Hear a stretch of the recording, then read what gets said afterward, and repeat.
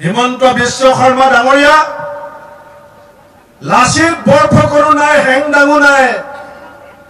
লাচিত বৰফুকন যদি আজি আমাৰ মাজত থাকিলেহেঁতেন, লাচিত বৰফুকনৰ হেংদাং যদি ল'ব পৰা অধিকাৰ আজি অসমৰ সংবিধানে দিলেহেঁতেন, লাচিত বৰফুকনৰ মোমায়েকৰ যি অৱস্থা হৈছে, বৰ্তমান অসমৰ মামাৰো সেই অৱস্থা হ'লহেঁতেন।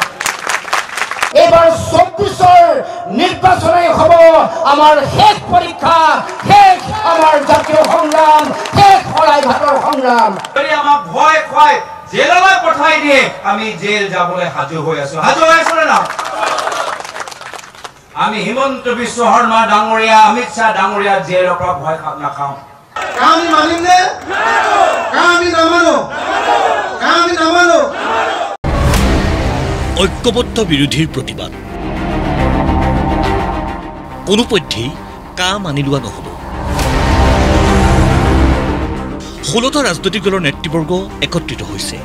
বিৰোধী ৰাজনৈতিক দলসমূহৰ উমৈহতীয়া মঞ্চৰ পৰাই ৰাজ্যৰ সকলো অৰাজনৈতিক দল সংগঠনৰ প্ৰতি আহ্বান বিৰোধী ঐক্যবদ্ধ সংগ্ৰামৰ। মই সদৌ অসম ছাত্ৰ সন্থাক ক'ব বিচাৰিছো, মই অসম জাতীয়তাবাদী যুৱ পৰিষদক ক'ব বিচাৰিছো, অসমৰ বিভিন্ন জাতি জনগোষ্ঠী উপজাতি সংগঠনক ক'ব বিচাৰিছো যে কাৰ বিৰুদ্ধে আপোনালোকে আন্দোলন কৰিছে, কাৰ বিৰুদ্ধে অসমৰ চাৰিওফালে আন্দোলন আৰম্ভ হৈছে, কিন্তু বিক্ষিপ্তভাৱে বেলেগে বেলেগে কৰা আন্দোলনৰ শক্তি যিমান, একত্ৰিতভাৱে কৰা আন্দোলনে 56 ইঞ্চি বুকু থকা মানুহজনৰ হৃদয় কঁপাই দিব পাৰে।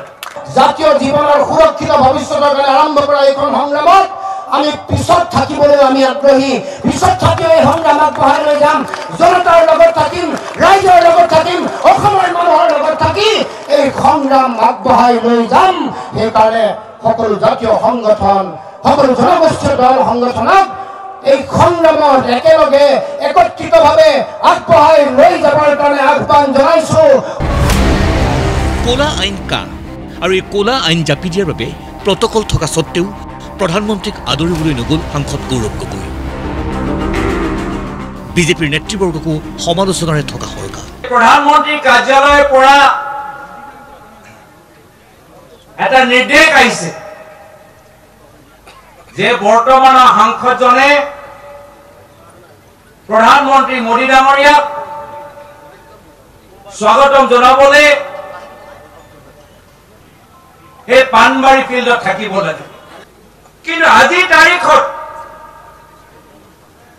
যি অহংকাৰ আচৰণ লৈ প্ৰধানমন্ত্ৰী মোদী ডাঙৰীয়াই আমালোকৰ ওপৰত গাত জাপি দিবলৈ বিচাৰিছে, মোৰ আত্মাই ক'লে যে আজিৰ দিনটোত মই তেখেতৰ ওপৰত মই অসমীয়া গামোচা মই পিন্ধাবলৈ নোৱাৰো। তেখেতৰ প্ৰতি যি সাংবিধানিক পদত তেওঁ আছে, সেই পদৰ প্ৰতি মোৰ সন্মান থাকিব, কিন্তু সেই সংবিধানৰ পদতকে আৰু গুৰুত্বপূৰ্ণ হৈছে মোৰ অসমীয়া গামোচাৰ মৰ্যাদা। আৰু এজন অসমীয়া প্ৰতিনিধি হিচাপে মই গামোচা যেতিয়ালৈকে প্ৰধানমন্ত্ৰী মোদী ডাঙৰীয়া আমালোকৰ ওপৰত জোৰ জবস্তি কৰি আইন আনিবলৈ চেষ্টা কৰিব, মই তেতিয়ালৈকে পিন্ধাব নোৱাৰিম। আগ্ৰাসী ৰূপত ৰাইজৰ দল আৰু অসম জাতীয় পৰিষদৰ সভাপতিদ্বয় এইবাৰ আন্দোলনৰ বাবে কলিয়াবৰতে কোঠ মাৰিছে বিৰোধীয়ে। অখিল গগৈৰ হুংকাৰ, ইফালে লৰিণজ্যোতিৰ সাৱধানবাণী। সৰ্বানন্দ সোণোৱালে প্ৰতিদ্বন্দ্বিতা কৰা ডিব্ৰুগড় হ'ব দ্বিতীয় পৰ্যায়ৰ আন্দোলনৰ অভিকেন্দ্ৰ। কাৰণ যি সময়ত কাখন অসমত জাপি দিয়া হৈছিল, ভাৰতবৰ্ষত জাপি দিয়া হৈছিল, সেই সময়ত অসমৰ মুখ্যমন্ত্ৰী আছিল সৰ্বানন্দ সোণোৱাল ডাঙৰীয়া। গতিকে আজি এই সংগ্ৰামৰ থলীৰ পৰা সমগ্ৰ অসমবাসী ৰাইজক ক'ব খুজিছো, এইবাৰ দ্বিতীয় পৰ্যায়ৰ সংগ্ৰামৰ আন্দোলনৰ অভিকেন্দ্ৰ হ'ব, নাভিকেন্দ্ৰ হ'ব ডিব্ৰুগড়, এই কথা নিশ্চিত। তেওঁলোকে যুঁজ দিব লাগিব। আন্দোলনৰ সময়ত যি 5 গৰাকী বীৰ শ্বহীদে মৃত্যুবৰণ কৰিছিল, সেই বীৰ শ্বহীদৰ পবিত্ৰ আত্মাৰ লগত প্ৰতিটো সমষ্টিত বিজেপি তেওঁলোকৰ মিত্ৰজোঁটৰ প্ৰাৰ্থীগৰাকীয়ে যুঁজিব লাগিব।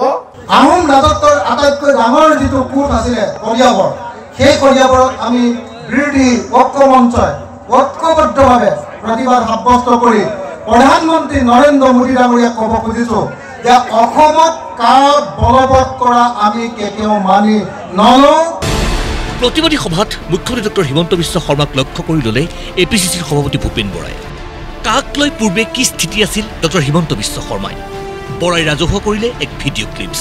আমি 51 চনৰ পৰা 71লৈকে যিমান ৰাখিলোঁ অসমে যিমান মানৱীয়তা কৰিব লাগে আমি কৰিলোঁ। এতিয়া আৰু আমাৰ শক্তি নাই, সামৰ্থ্য নাই, থাকিলে আমি বাকীখিনিকো ৰাখিলোহেঁতেন। যেতিয়া আমাৰ আৰু সামৰ্থ্য নাই, গতিকে আমি কৈছোঁ যে 71ৰ আগৰখিনিক আমি ৰাখিলোঁ, ইমানখিনি আমি পাৰোঁ, যিমানটো ভৰ তুলিব পাৰোঁ সিমানেই তুলিম, বাকীখিনি আমি নোৱাৰোঁ।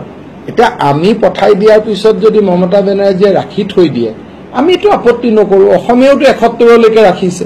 এতিয়া 71ৰ পিছৰখিনি যদি পশ্চিমবংগৰ জনসাধাৰণে ৰাখিব খোজে আমি কিয় হাক দিম? আৰু ইয়াৰ পিছতেই অসমৰ মুখ্যমন্ত্ৰীক সমালোচনাৰে থকা সৰকা। অসম মাতৃৰ সকলো দায়িত্ব বিসৰ্জন দি আজি জাত পাতৰ নামত, ভাষাৰ নামত, সম্প্ৰদায়ৰ নামত শংকৰ মাধৱ আজান ফকীৰৰ অসমত সাম্প্ৰদায়িক বিষয়বস্তু সিঁচিব বিচৰা বিজেপিক আজি তেওঁ ৰঙা দলিচা পাৰি দি কেৱল ক্ষমতাৰ মোহত অন্ধ হৈ পৰিছে। উল্লেখযোগ্য যে প্ৰধানমন্ত্ৰীক সাক্ষাৎ বিচাৰি বিমুখ হোৱা বিৰোধী ঐক্য মঞ্চৰ প্ৰতিবাদৰ দিন আছিল শনিবাৰ, কিন্তু আহোম জাতীয় দল সংগঠনৰ আহ্বানত প্ৰতিবাদী সভা হ'ল শুকুৰবাৰৰ দিনটোতে। কংগ্ৰেছসহ বিৰোধী ঐক্য মঞ্চৰ সকলো নেতা উপস্থিত থকা এই প্ৰতিবাদক ৰজাঘৰে কি পৰ্যায়ত গুৰুত্ব দিয়ে সেয়াহে মূল কথা। ভিডিঅ' জাৰ্নেলিষ্ট সোণমণি আৰু প্ৰণৱৰ সৈতে কলিয়াবৰৰ পৰা বীৰেন বৰা আৰু তপন শইকীয়াৰ ৰিপৰ্ট প্ৰতিদিন টাইম।